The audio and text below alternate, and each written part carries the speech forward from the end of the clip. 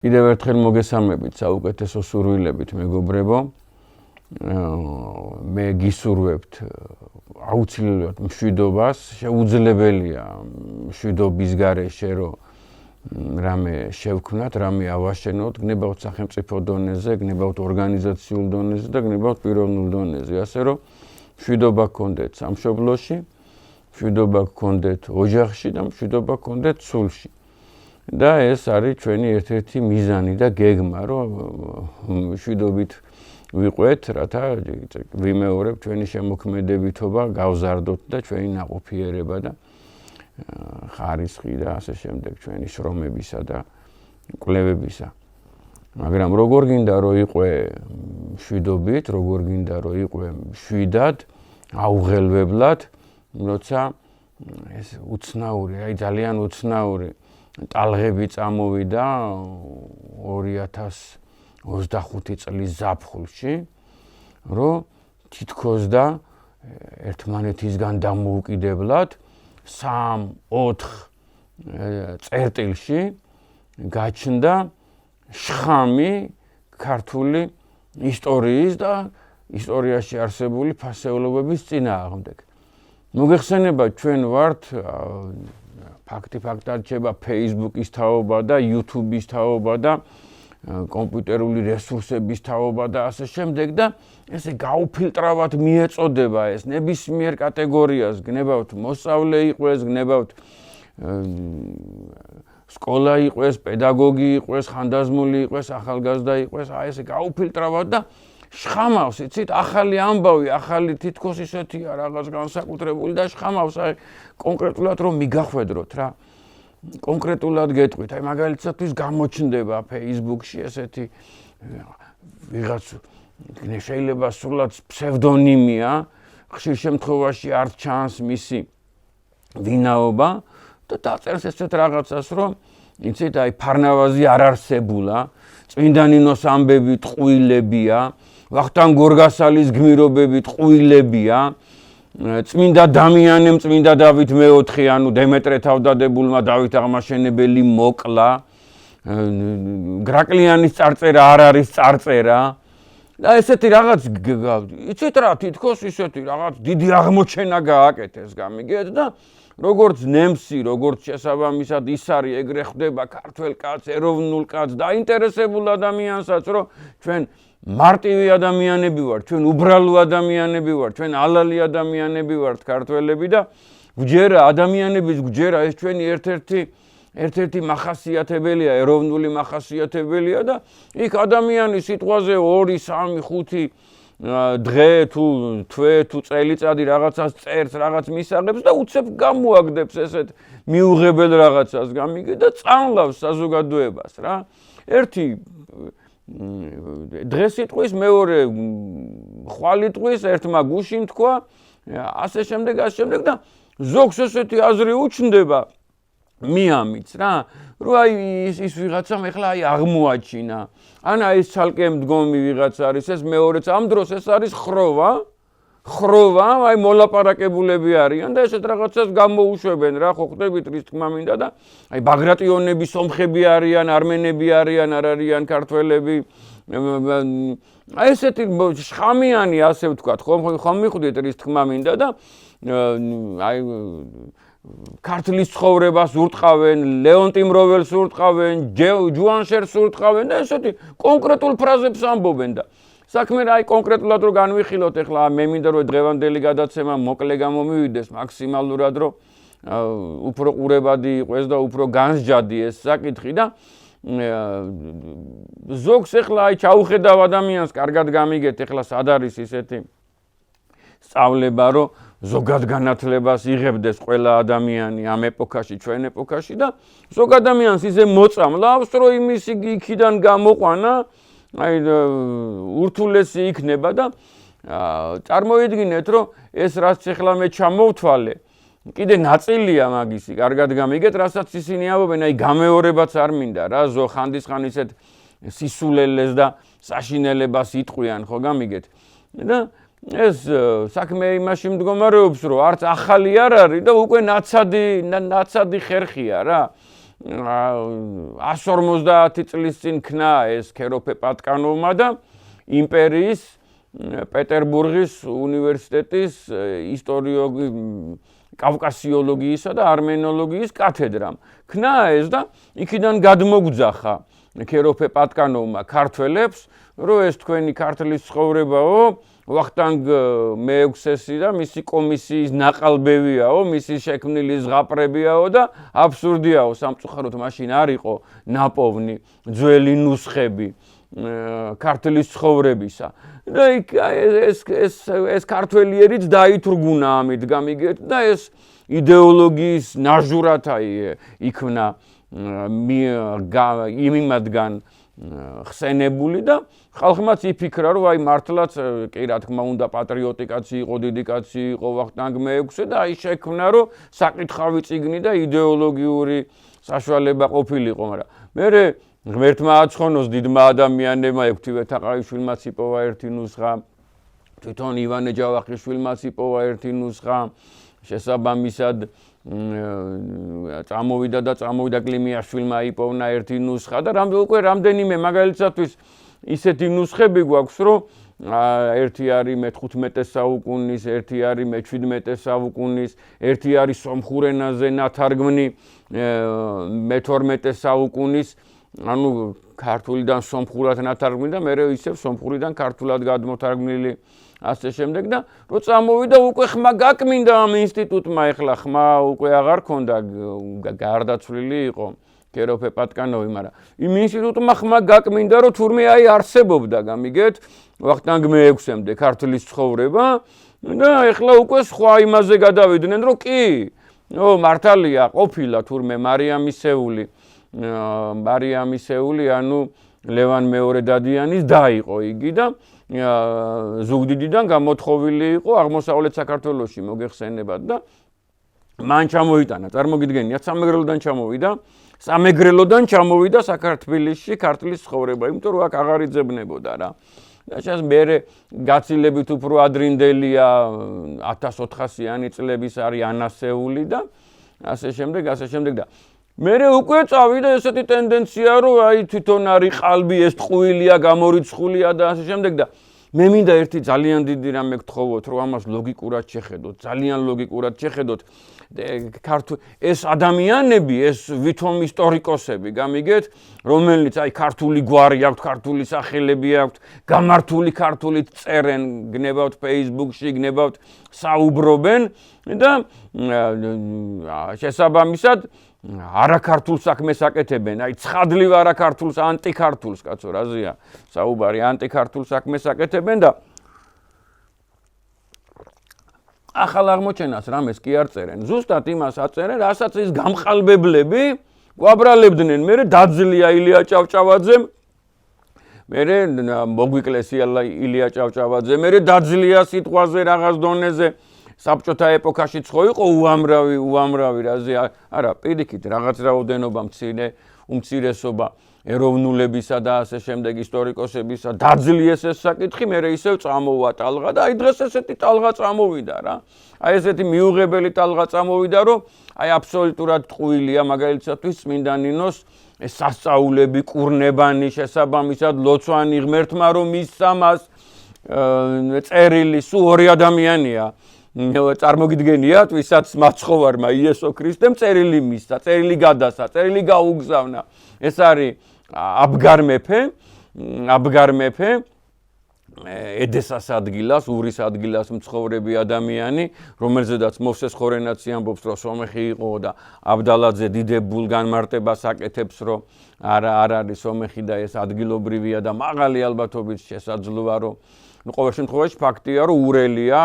ოსროენა იყო მან და შესაბამისად ქალდეა იყო, ქალდიასური იყო, მერე ედესა იყო და დიდი სტრაბონი ამბობს, რომ იბერია იყო და დიდი შანსია, რომ ქართული წარმოშობის არის ეს ადამიანი და ეს ხაზი. მაგრამ მაგას თავი დავანებოთ. შესაბამისად, ესეთი გაყალბებები იმ ეპოქებიდან გაჩნდა. წარმოგიდგენიათ და ესენი როგორც ჯაყვას ამოიღებს ადამიანი უცებ აი ტყეში რომ დაჭირდება, ეგრე უცებ ამოიღებენ აი როგორც რაღაცა როგორც იარაღს ამოიღებენ, რაღაცა შხამს ამოიღებენ ან რაღაც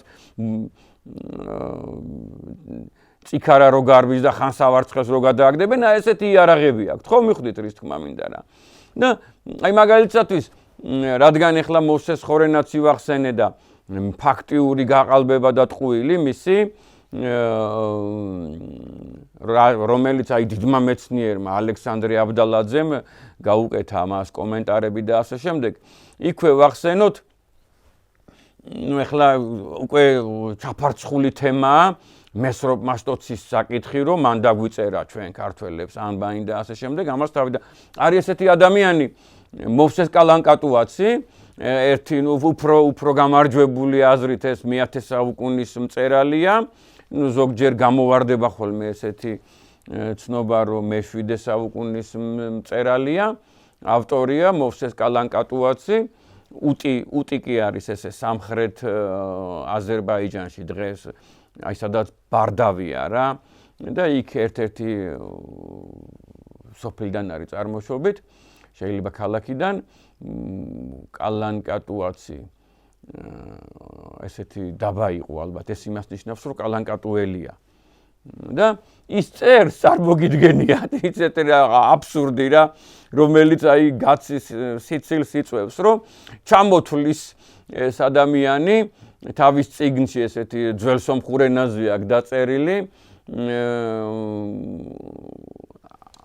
ალვანთა ისტორია, ალვანთა ქვეყნის ისტორია და იქ ჩამოთვლის, რომ აი ბერძნებს ჰქონდათ ანბანი, სომხებს ჰქონდათ ანბანი, ალბანელებს ჰქონდათ ანბანი, ჩამოთვლის, ებრაელებს ჰქონდათ ანბანი, მარებს ჰქონდათ ანბანი და ასე შემდეგ და სულ აი ხუთ ერთს ამბობს, გამიგეთ და ეს პრაქტიკულად აი აქ ცხოვრობი, სადაც დღეს აი განჯა, იმის ცოტა დავლა, სადაც მტკვარი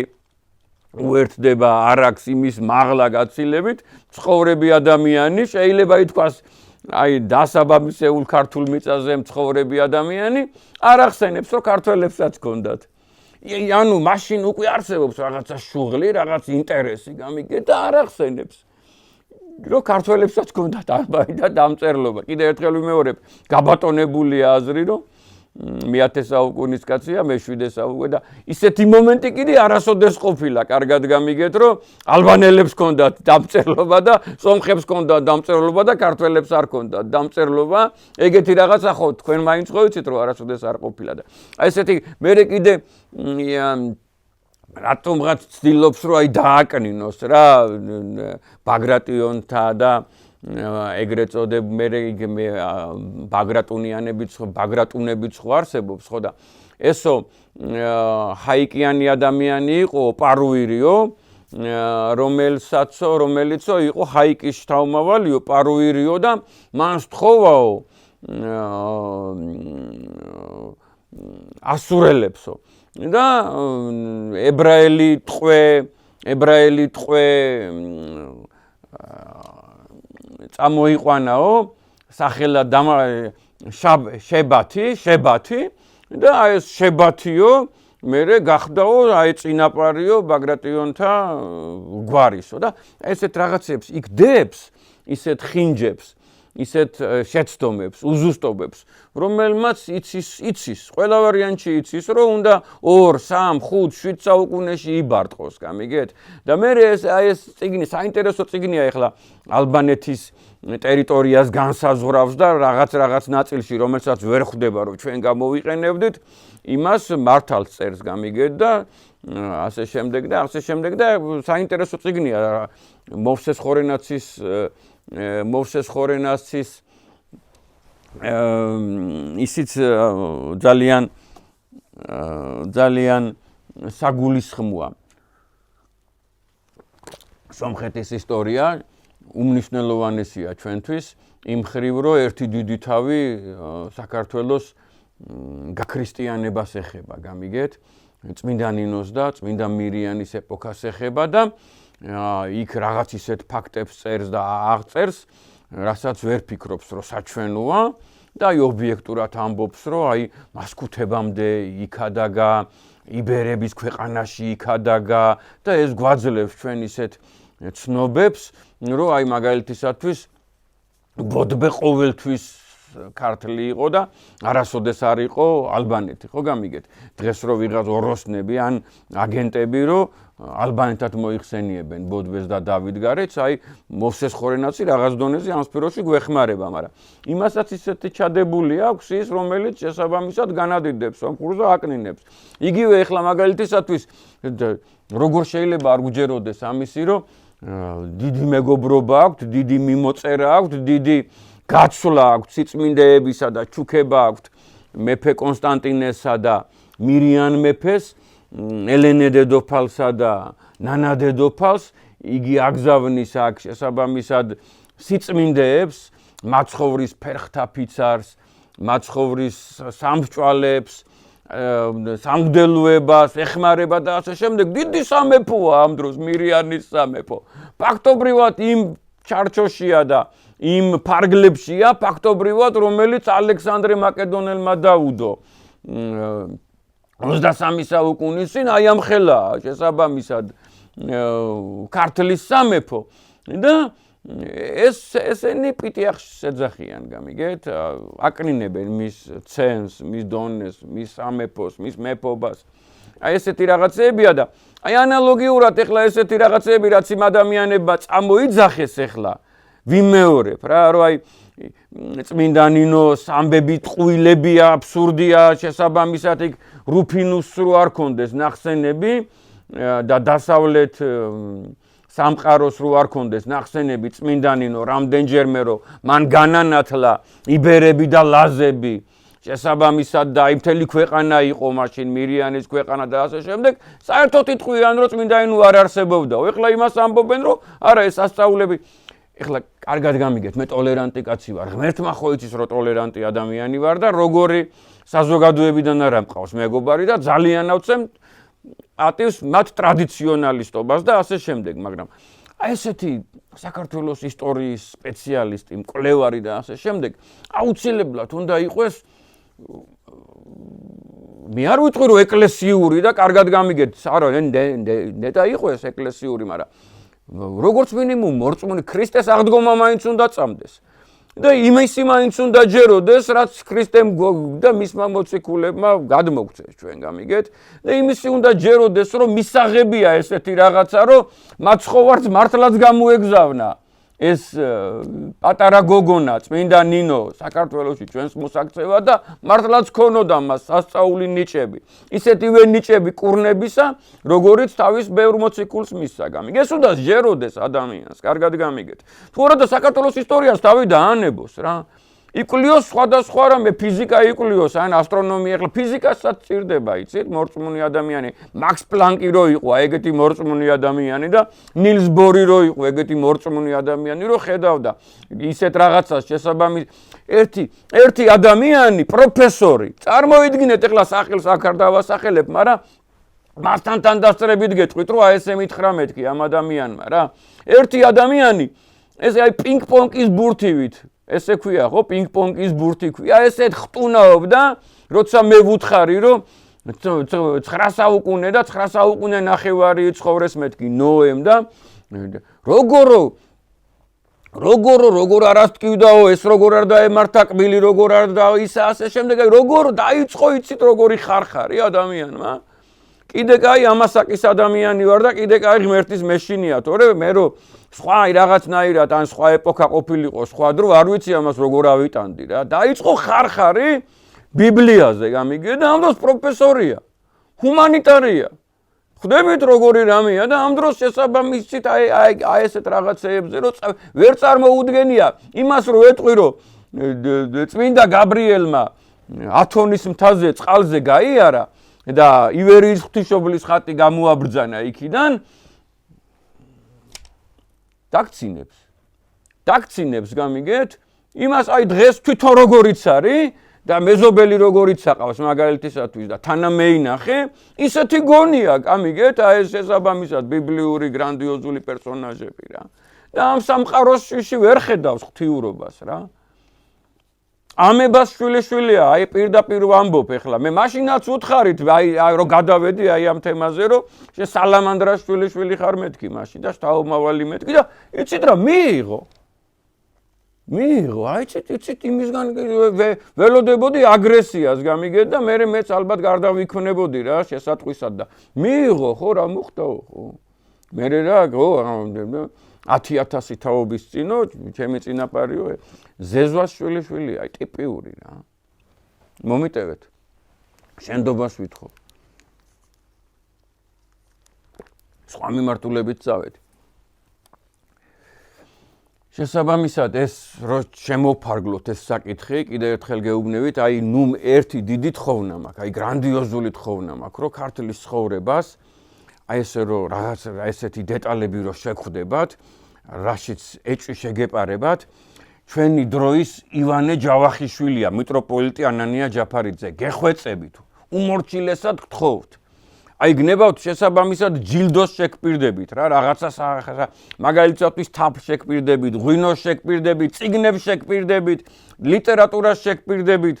აი თუ გნებავთ დავსხდეთ, გაიხანი ვისაუბროთ, დავმეგობრდეთ. მხოლოდ მისი ბიბლიოგრაფია წაიკითხეთ, რომ მიხვდეთ რა დონის მწერალია, რა დონის მკვლევარია. და მე ქართლის ცხოვრების შესაბამისად წაკითხვასთან ერთად წაიკითხეთ პატარა ბროშურა მიტროპოლიტი ანანია ჯაფარიძე ქართლის ცხოვრების armenofiluri რედაქცია ეს რას ნიშნავს იცით აი ხო წეღანაც გითხარით ესეთი რამე რომ აი თარიღის სხვადასხვა ადამიანებისა ჯერ კიდე დავის საკითხია და სამწუხაროდ აი ამ სფეროში ის ადამიანები რომ აი 100 წლის წინ რო ვიღაცამ თქვა რომ წმინდაინო არ არსებობდა წმინდაინოს ამბების ზღაპრებია ეხლა რომ თითქოს რაღაცა თვითონ მოიფიქრეს რა თვითონ მოიფიქრეს გამიგეთ და ახალს არაფერს არ ამბობენ რა 10 წლის წინ რო გაჩნდა ესეთი ფრაზა რომ გრაკლიანის წარწერა არ არისო და ორნამენტიაო ეხლა ისევ წამოწიეს წინ გამიგეთ რომ სენსაციური განცხადებაა ვა ნახეთ თურმე აი ტალანტია რა ამ დროს პარაზიტი როგორი პარაზიტი იცით რომ ადამიანები დაასუსტოს ადამიანების ყურადღება აქეთ გადმოიტანოს აი აბა რა შეიძლება იყოს სხვა შესაბამისად ესეთი ადამიანის ქმედება სახალხოდ და ამას უძღვნის განცხადებებს ამას უძღვნის წერილებს ამას უძღვნის ეგრეთ წოდებული პოსტი რო ქვია ისე დიდ მსუქანს ასურათებს და ასე შემდეგ შესაბამისად იმას კი არ იკვლევს რომ შესაბამისად დაჯდეს სხვადასხვა საშუალებები სხვადასხვა რესურსებიდან დადოს დასკვნა მაგალითადvis რომელი საუკუნის მწერალია ლეონტი მროველი იმას ამბობს რომ შესაბამისად აი ლეონტი მროველი გამყალბებელია და ამ შემდეგ და ჩვენი აზრით ეხლა მიტროპოლიტი ანანიაც ისა რო ფიქრობს ესე და მეც შესაბამისად მჯერა მისი და ვეთანხმები ისეთი არგუმენტები დადო ეს არის მერვე საუკუნის ადამიანი როცა საქართველოს აი მერვე მეცხრე 700-იანი 800-იანი წლების მიჯნაზე ცხოვრები ადამიანი რუისის ეპისკოპოსი ლეონტი მროველი სრული ქართველი სრული მართლმადიდებელი ეროვნული კაცი მწერალი კაცი შემომქმედი კაცი მინიმუმ რედაქტორი კაცი და ყველა ვარიანტში მწერალი კაცი ამასთანავე შესაბამისად ცხოვრობს ურთულეს ეპოქაში ხალხო აი საბჭოთა კავშირი რო ახსოვს ვიღაცას და გაუგია ვიღაცას თუ როგორი ცენზურა იყო ლექსი იყო თუ მოთხრობა იყო თუ რომანი იყო თუ სამეცნიერო ნაშრომი იყო როგორ ცენზურას გადიოდა გალაქტიონის ლექსები გალაქტიონი გადიოდა ცენზურას რო დაბეჭდილიყო წარმოგიდგენიათ და უამრავი კონსტანტინე გამსახურდიას კითხულობდნენ ესე მიმოწერებს კითხულობდნენ წერილებს ხსნიდნენ პირად წერილებს ხსნიდნენ ადამიანი რო ადამიანს უგზავნიდა და იმას კითხულობდნენ და შესაბამისად ამაზე რთული ეპოქა იყო შესაბამისად არაბობა საქართველოში ეს იყო აი უმძიმესი სიტუაცია და წარმოიდგინეთ ამ დროს რა ხდება სომხეთში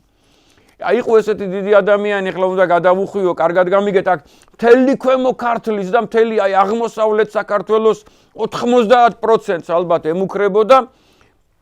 გასომხება რელიგიურად რა ანუ ქართველები გახდებოდნენ ჯერ გრიგორიანები ანუ მონოფიზიტები და მერე უკვე გასომხდებოდნენ როგორიც უამრავი ადამიანია ენითაც გასომხდებოდნენ და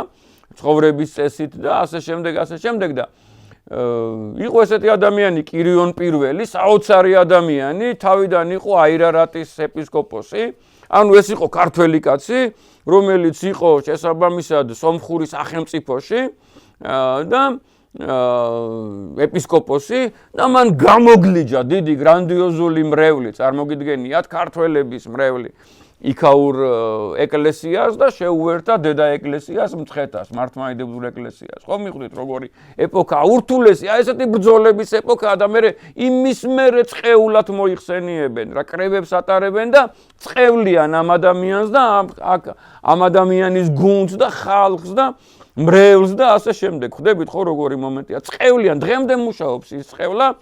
იურიდიულად რა, ეკლესიური სამართლით. კი არ მუშაობს, არ უარყვიათ. ეს ვიგულისხმეთ, თორე დიდება უფალს.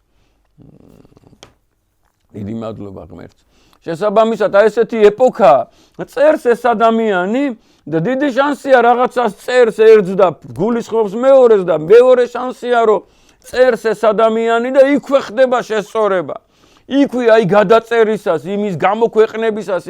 იმან რომ მაგალითად მეფეს გაუგზავნა, მთავარს გაუგზავნა, პატრიარქს გაუგზავნა, იმან რომ შვილს გადასცა, იქვე ხდება ჩასწორება, გამიგეთ? და შესაბამისად ისეთი რამეა რომ გრანდინა ისეთი ნაწარმოები დაიწერა ერის ისტორია, მეფეთა ცხოვრება, დასაბამიდან ფაქტობრივად ნოედან არსებობს ისეთი ნუსხები, რომელიც დასაბამიდან იწყება ქართლის ცხოვრებისა. ეს რომელიც ყველაზე ხშირია, ახლა ყაუხჩეშვილმა რო გამოსცა, ეს მოგეხსენებათ 1953 წელში, ეს მოგეხსენებათ აი ნოეს ეპოქიდან იწყება და ქართლოსიდან იწყება და ასე შემდეგ, წარღვნის შემდგომი ეპოქიდან იწყება და ესეთი წიგნი რო არსებობს, ვერ უარყოფენ რა, ყველამ გაიგო. რო არსებობს ქართლის ცხოვრება, სხვათა შორის მას ქართველთა ცხოვრება ერქვა, იცით? თავიდან და მერე გახდა ეს სიტყვა ქართლის ცხოვრება. ეს იყო ქართველთა ცხოვრება. და სხვათა შორის ვერო ტაოს სამეფოს ვეძახით, აი მერვე საუკუნეში რო იყო, მე-19 საუკუნეში რო იყო ტაო-კლარჯეთში, რომელიც ართვინამდე ჩადიოდა და კიდევ უფრო დაბლა ერძინკამდე და ასე შემდეგ, სადაც ისტორიული მესხეთი იყო. ის ვერო ტაოს სამეფოს ვეძახით, ისინი თავისთავად ქართველთა სამეფოს ეძახოდნენ. ქართველთა სამეფო ვართო ჩვენო, რომელიც აი მე მაქვს თქვენთვის წარმოდგენილი ადრე ერუკა, რომელიც აი ჩადიოდა და ემიჯნებოდა ვანის ტბას რა. შესაბამისად ეს იყო ურთულესი ეპოქა,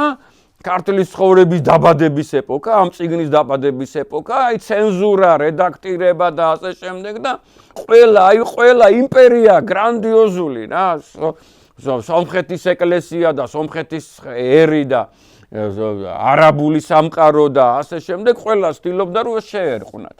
და ახლა ახალს ვამბობ რაღაცას, რომ უამრავი წიგნი შერყვნეს, ჯერ რამდენი წიგნი გაანადგურეს, ხო წარმოგიდგენიათ და რამდენში ესეთი ჩასწორებები მოხდა რა. აი ხო მოგიყვანეთ შესაბამისად მოვსეს კალანკატუაცი წერს რომ შესაბამისად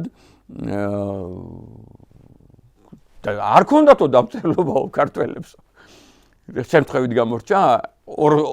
შესაბამისად როგორ შეიძლებოდა ესეთი რაღაცა რა. იქ შემთხვევით გამორჩენა არ არის, კომპიუტერში არ გამოგრჩება შესაბამისად ჩვენ დროში და როგორ შეიძლება შემთხვევით გამორჩენილიყო. და ვიღაცა ტყვე ამ წინაპარი, ესენი არიან მე აი შემდეგ თემაში, შემდეგ გადაცემაზე მე მეუფესთან კონსულტირებას გავივლი, მის ცხრილს წამოვიღებ შესაბამისად და ვისაუბროთ ბაგრატიონთა წარმოშობაზე. ეს ადამიანი წეღან რო გამოვიდა, ერთი კი არ არის, 4-5 არიან, ერთი იქ ლაპარაკობს, ერთი იქ ლაპარაკობს, ერთი არ არსებობსო, ფარნავაზიო ერთი ამბობს, მეორე ადერკი არ არსებობსო, მესამე ფარსმანქველი არ არსებობსო, მეოთხე წმინდანინოს ესეთი სასწაულები არ უქნიაო, მეხუთე ვახტანგ გორგასალის გმირობები ტყუილებიაო, ანაბასისები, აი ეგეთი რაღაცეები წარმოგიდგენიათ. ხო და შესაბამისად ის თემა რო ამოვწურო, ესე იგი ფაქტობრივად აი ბაგრატიონების არმენობაზე რო საუბრობს და იქ რაღაც ესე წარმოშობაზე რო საუბრობს ეს ქართველი კაცი, ქართველი ისტორიკოსი, ხას უსვავს გრიგოლ ხანძთელს. ესენი გამოვლენ აი იმ ლოზუნგით რა, რომ უნდა ვახსენო ეს თავად ჯოხებით რო დადიოდნენ 20-ან წლებში და ტრანსპარანტი რო ქონდათ, რომ ბოგანიეთ აი მანდამდე მივლენ გამიგეთ რომ აი შესაბამისად აი არანაირი აი ამ წმინდანებს არ გაუკეთებიათ ეს საოცრებები არ უქნიათ ესეთი ნიჭები არ ქონია და ბოლოს მივლენ იქ რომ არც იესოა რა აღმდგარი ალბათ რა ვიცი რას ემსახურება ეს კიდევ ერთხელ გეუბნებით რამდენი საკვლევი თემა რამდენი თუ ესეთი საშუალებები აქვთ თუ ესეთი მატერიალური საშუალებები აქვთ ტელევიზიები აქვთ რაღაცეები აქვთ გამოცემები აქვთ კაბინეტები აქვთ ხელფასები აქვთ და რაღაცა არქეოლოგია სასწაულად უჭირს ხალხო ეს არის მე დარწმუნებული ვარ რომ საქართველოს გადამრჩენი სფერო ეს საქართველოს უნდა გადაარჩინოს დღეს კაცობრიობის წინაშე შესაბამისად ჩვენი სავიზიტო ბარათიც და იარაღიც რო იყოს, აი ტანკს რო უნდა აჯობოს, ეს არის არქეოლოგიური აღმოჩენები, რომ უნდა ამოვიდეს რაღაც ისეთი და ამოვაკიდებას ისეთი ფასეულობები, რომ იგრაკლიანის წარწერას გადაასწროს. გობეკლი ტეფეს აჯობოს თავის ასაკითა და თავის ეს ყველა ვარიანტი ხო ეჭვი არ გეპარებათ, რომ იქნება საქართველოში და იქნება. საპოვნია შესაბამისად ღმერთმა აი ჩემი ნატრაა რომ ფარნავაზისეული მწიგნობრობა ქართული გამოჩნდეს და ეს უნდა გამოჩნდეს ეს გამოჩნდება და ეჭვი გეპარებათ რომ აი ამის ხო გითხარით მოვსეს კალანკატუაცი რო წერს რომ ქართველებს დამწერლობა არა აქვს ეღვეწებით წაიკითხეთ აი დასაწყისია ალბათ ერთი მეშვიდე გვერდზე რა მოვსეს კალანკატუა ქართველებს დამწერლობა არა აქვს და ეხლა წარმოიდგინეთ როგორი საუკუნეები რო იყვნენ იმ ადგილას რა ეხლა სტრაბონი წერს ესეთ რაღაცას რომ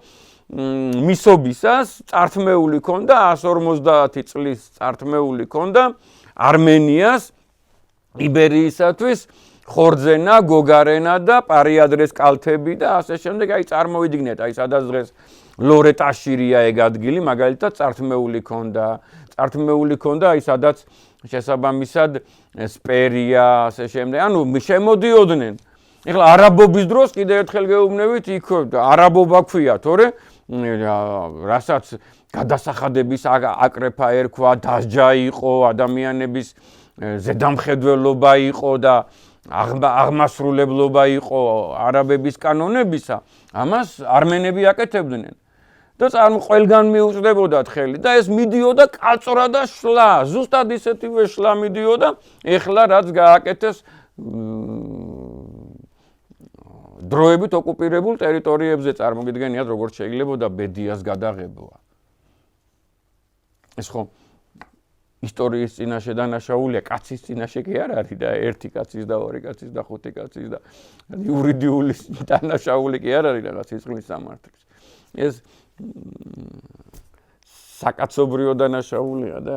ეპოქალური და ასე შემდეგ ძალიან განვეცდი იცით მაგრამ როგორ შეიძლება ესეთი რაღაცები დაიმალოს შანსი არ არის რომ დაიმალოს აუცილებლად გამოჩნდება ძალიან მალე გამოჩნდება იცით ისე მიდის ტექნოლოგიები საოცრებები ხდება და აი ხომ მოგახსენეთ რომ იქ რო ადამიანი ახსენებს ესეთ რაღაცას მე-7 საუკუნის და მე-5 საუკუნის ადამიანის სიტყვაზე და მე-10 საუკუნის რო ახსენებს რომ დამწერლობა არ ქონდათ აი ჩავეჭიდე ახლა მაგ ფრაზას რა ესე იგი ინსტიტუციები მუშაობენ იქა რა მითითებებია რომ წიგნს ნახავ გაანადგურე პრესკას ნახავ გაანადგურე წარწერას ნახავ გაანადგურე აი მაქსიმალურად და 200-ის ამბავი ახლა ადამიანი მეუბნება რომ აი ამ ეკლესიაშიოს რომელი ეკლესია ვთქვათ ახლა მაგალითად სუმელას ეკლესია ვთქვათ ძალიან ცნობილი ხო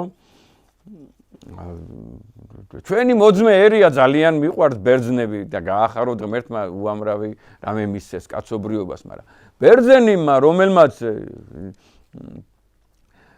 8 საუკუნე გაატარა და 7 საუკუნე გაატარა 1914 1915 1910 წლის სურათებია რომ სუმელას მონასტერში არიან 100-ნი 40-ნი 20-ნი ასე შემდეგ და ხო 1915 წლამდე იყო მწვანე ანთებული ბერძნული ეკლესიისათვის ისინი დავით აღმაშენებლის რომელმაც შეარემონტა ააშენა განამშვენა ასე შემდეგ გააძლიერა სუმელას მონასტერი ეს ხო ყველა მიცის ხო თვითონაც კარგად იციან და იქ შესაბამისად ერთი ქართული სიტყვა როგორ არ არის.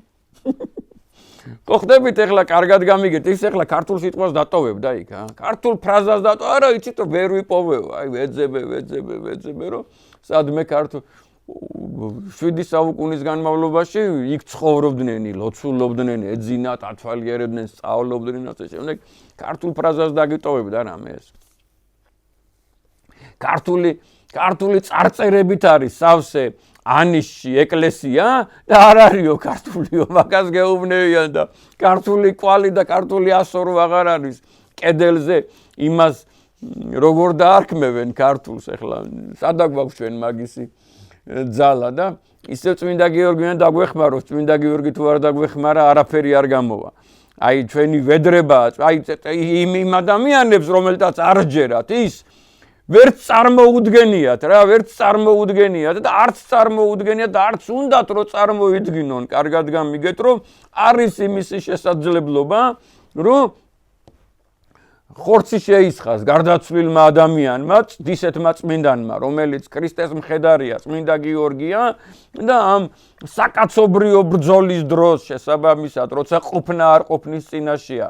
ეკლესიაც და ესა ღმერთის რჩეული ერიც და მთელი დასავლური სამყარო იმ ეპოქისათვის გაცოცხლდეს წმინდა გიორგი და მოვიდეს და დადგეს 1121 წელს დიდგორის ომში და ძლევა ისაკვირველი მოხდეს. ვერც წარმოუდგენია რა ცინის, დაგცინის რო ეუბნები რომ წმინდა გიორგი ხორცს ისხავს რა. იგივე ღვთისმშობლის მიძინებისას რომ რამდენიმე აი ჩვენ გვინახავს ეს ხატი ხო ღვთისმშობლის მიძინების ხატი იქ მაცხოვარია გამოსახული ჩვილით ხელში. ეს ჩვილი განასახიერებს ღვთისმშობლის უმანკო უბიწო აი ესეთი როგორც პატარა ჩვილია ბაია მის სულს გამიგეთ განასახიერებს და ხელში უჭირავს ჩვილი საკუთარი დედის სული წმინდა სპეტაკი უანგარო ბავშვის სახით. ხო და იქ არიან გამოსახულები მაცხოვრის მოციქულები, რომლებიც არიან იმ მომენტისათვის გარდაცვლილები. წამებით ტრაგიკულად მოგეხსენებათ ახლა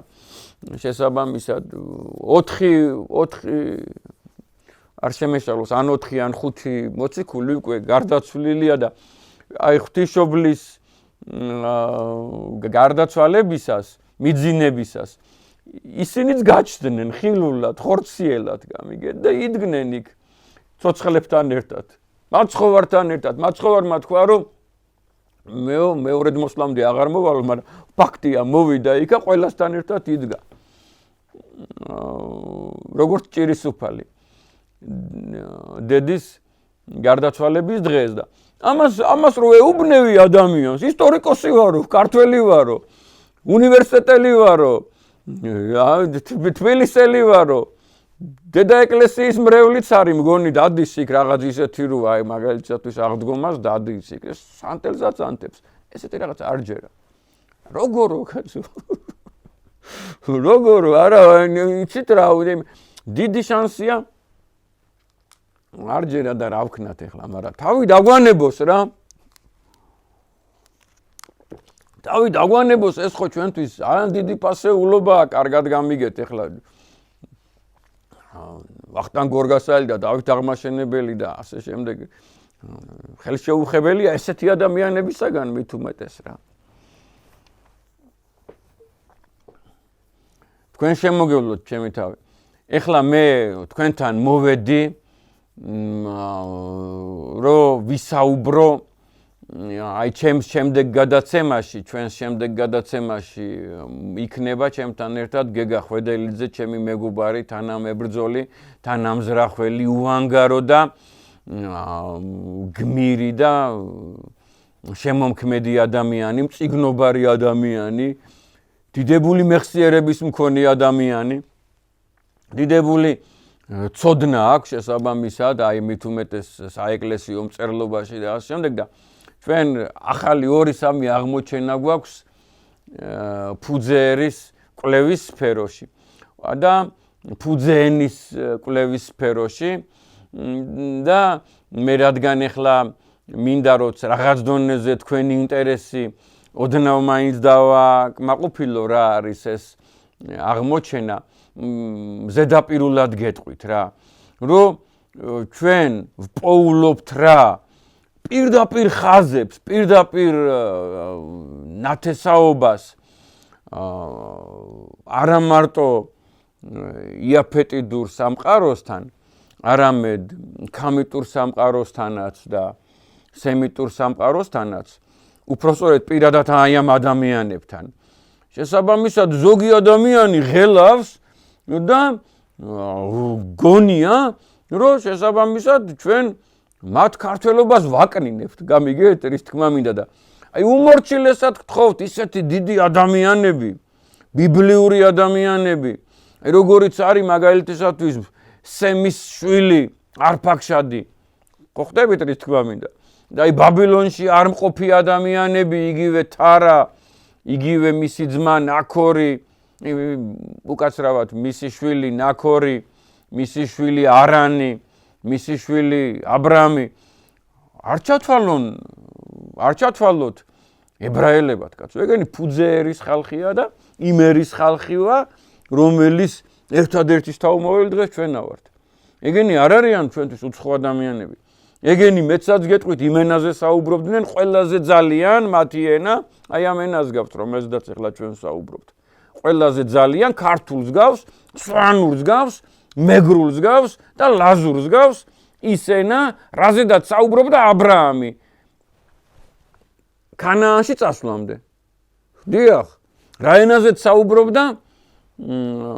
ნებროთი რა ენაზეც საუბრობდა ქუში ანუ ხუსი აი რა ენაზეც საუბრობდნენ ერთმანეთში ნოე და თავისი შვილები და შვილიშვილები და შვილთაშვილები და შვილთაშვილიშვილები ყველაზე ძალიან გავს უეჭველი ქართულს მეგრულს სვანურს შეიძლება ერთ-ერთს გაცილებით მაგრად იცით აი სვანებზე ვიტყვი ახლა ძალიან ცოტას რა მე კი არ ამბობ ამას ვიმეორებ რა ისინი წეღან რომ თქვი ვის სიტყვას იმეორებდნენ ეგეც გითხარით და მე ვის სიტყვას ვიმეორებ ახლა კარგად გამიგეთ რა ილია ჭავჭავაძეს თუ ვინმე უდგას გვერდზე ეს იაკობ გოგებაშვილია თავისი 8 წლით და ციგნობრობით და ციგნიერების გავრცელებით და მეორე არის ივანე ჯავახიშვილი ხო აი ორ ხრებამდე წდება ერთი ძნა მეორეც დიდი ილია ჭავჭავაძეს ივანე ჯავახიშვილი ღმერთმა გამოგვიგზავნა ერთადერთი რაც მაწუხებს რომ არის ცოცხლა ამ ადამიანმა 10 წლით მეტი 74 78 79 80 წელი რატო არის ცოცხლა ამ ადამიანმა და ესეთი მეცნიერისთვის და მწერლისთვის და ისტორიკოსისთვის ახალგაზრდა 64 წლის კაცი რატო გარდაიცვალა ეს მაწუხებს და აი თვით დიდი ივანე ჯავახიშვილი ამბობს რომ სვანები შესაბამისად აი ეს ამოსულები არიან იქ სადაც იყო ურარტუს ქვეყანა სადაც ვანის ტბა იყო სადაც შუმერთა სამყაროა გამიგეთ და მართლაც ახლა დღეს აი ღმერთმა გამოგვიჩინა ერთ-ერთი საშუალება რომელიც ძალიან ბევრს ჩააკმენდინებს ხმას მართლაც აი სვანების ჰაპლო ჯგუფი გიორგი ანდრიაძეა ამის დიდებული მკვლევარი საპატრიარქოსთან არსებული ქონდა ეს განყოფილება ეს კვლევის ცენტრი ჰაპლო ჯგუფებისა და J2P15 ესეთი სისხლის ჯგუფი ამოვიდა 75%-ს რო ერთგან წერს თვითონ გიორგი ანდრიაძე ამას და მართლაც დასტურდება რომ აი აქედან სადაც ვანის ტბა და სადაც აი ეს შემოგარენია რა ურარტუც ხო თვითონ მოსულია მანამდე ხო შუმერული სამყარო იყო და მანამდე შესაბამისად კიდე ერთხელ ვიმეორებ ეს არის ფუძეერის დაბადების ადგილი და ეს არის ნოეს საცხოვრისის ადგილი ხო ხდებით რის თქმა მინდა და აი იქიდან არის მოსული და დიდი შანსია რომ აი ეს სვანური ენა დიდი შანსია კი არა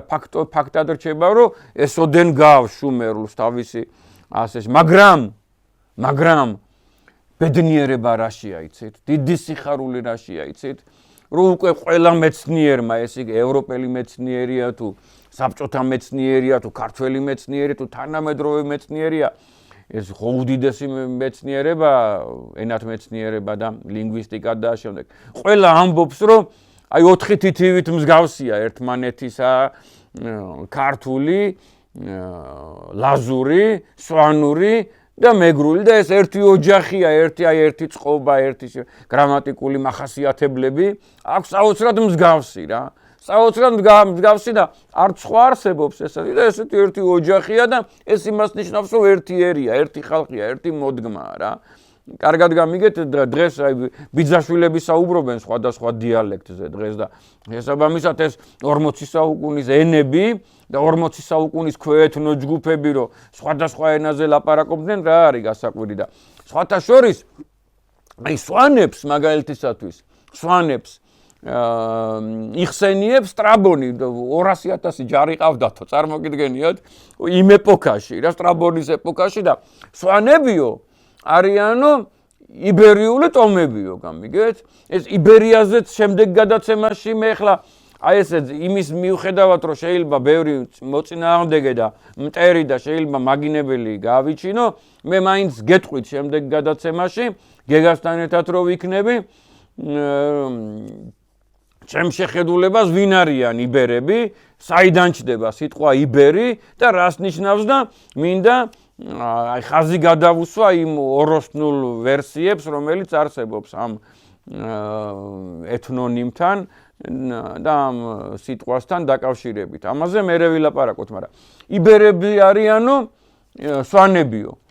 ამბობს სტრაბონი. ესენიც იბერები არიანო. ეხლა კი აი იბერები ფაქტად რჩება, რომ აი ამ რეგიონში არა მაქვს მე იმ ირლანდიაზე საუბარი და შოტლანდიაზე და ესპანეთზე და პორტუგალიაზე და საფრანგეთზე და ასე შემდეგ. არამედ აი ამ რეგიონში 7-გან 8-გან იყო იბერია. 7-გან 8-გან იყო იბერია, ხო და 7-გან 8-გან იყო ქალდეაც. ასევე ეხლა წინა გადაცემებში ვსაუბრობდი წმინდა გიორგიო მესხიარისო. კირიონ მეორე ამბობს, გენიოსი ადამიანი, გამორიცხული ამისგან ტყუილი. როგორც გრიგოლ ხანძდელისგან არის გამორიცხული ტყუილი, რომ ამბობს, რომ დავითის შთამომავლები ხართო ბაგრატიონებიო. გამორიცხული ამისგან ტყუილი, არ იკადრებენ ეგენი ტყუილის კაცს. ღმერთი საშინიათ. ღმერთი უყვართ. დამბადებელი ღმერთი, აი ამ სამყაროს, აი ამ მეგა სამყაროსა და აი ამ მიკრო სამყაროს შემომქმედი რაღაც სხვა სიტყვები აღარ მყოფნის შესაბამისად რომ ეს სამყარო დავახასიათო შესაბამისად და არა თვითნაბადი არისო ამბობენ ეს ოროსნები ხო და ჰეკატე მილეტელი კიდე ამბობს რომ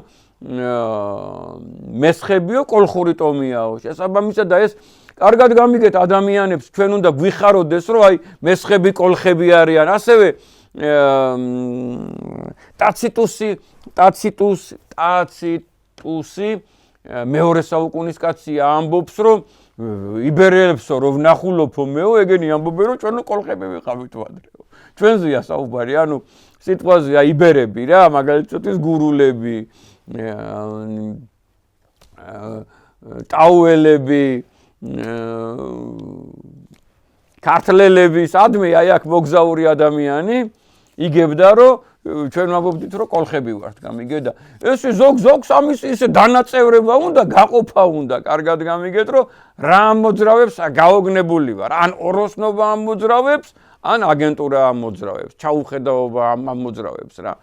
შესაბამისად და კიდე ერთხელ ვიმეორებ აი ხან იქ იყო იბერია ხან აქ იყო კოლხეთი ეს ჩვეულებრივი რამეა ძალიან მისაღები რამეა სიხარულით შეგხვდებით ნებისმიერ და თუ გამოჩნდება ჯგუფი 3-კაციანი 4-კაციანი აკადემიურად განწყობილი ადამიანები დაინტერესებული ადამიანები თუ გამოჩნდებიან რამდენიც არ უნდა იყვეთ 3-ნიც 4-ნიც არამც თუ 7-ნი 10-ნი 20-ნი მე უფი ანანიასთან მიგესვლებათ მე დაგეხმარებით და დაკონტაქტებაში და დაჯდება ეს მხცოვანი მეცნიერი კაცი ჩვენი დროის ივანე ჯავახიშვილი და თავის ბიბლიოთეკაში 20, 30, 50 წუთი, 100 წუთი ისაუბრებს ნებისმიერ თქვენთვის საინტერესო თემაზე, ცხადია, რაც ისტორიას ეხება. ღმერთმა დაგლოცოთ, ქართველებო, გაგაძლიეროთ, გაგაღონიეროთ, ჩვენ გამარჯვებულ ომში ვართ, ჩვენს აზეპურვერი ვართ, ჩვენი ისტორია არის დასაბამისეული, ჩვენ ფუძეერი ვართ და ფუძეერზე და ფუძეენაზე და ფუძე ქვეყანაზე სასაუბროთ შევიკრიბოთ ერთ კვირაში. მშვიდობა, მადლობა, ჯანმრთელობა.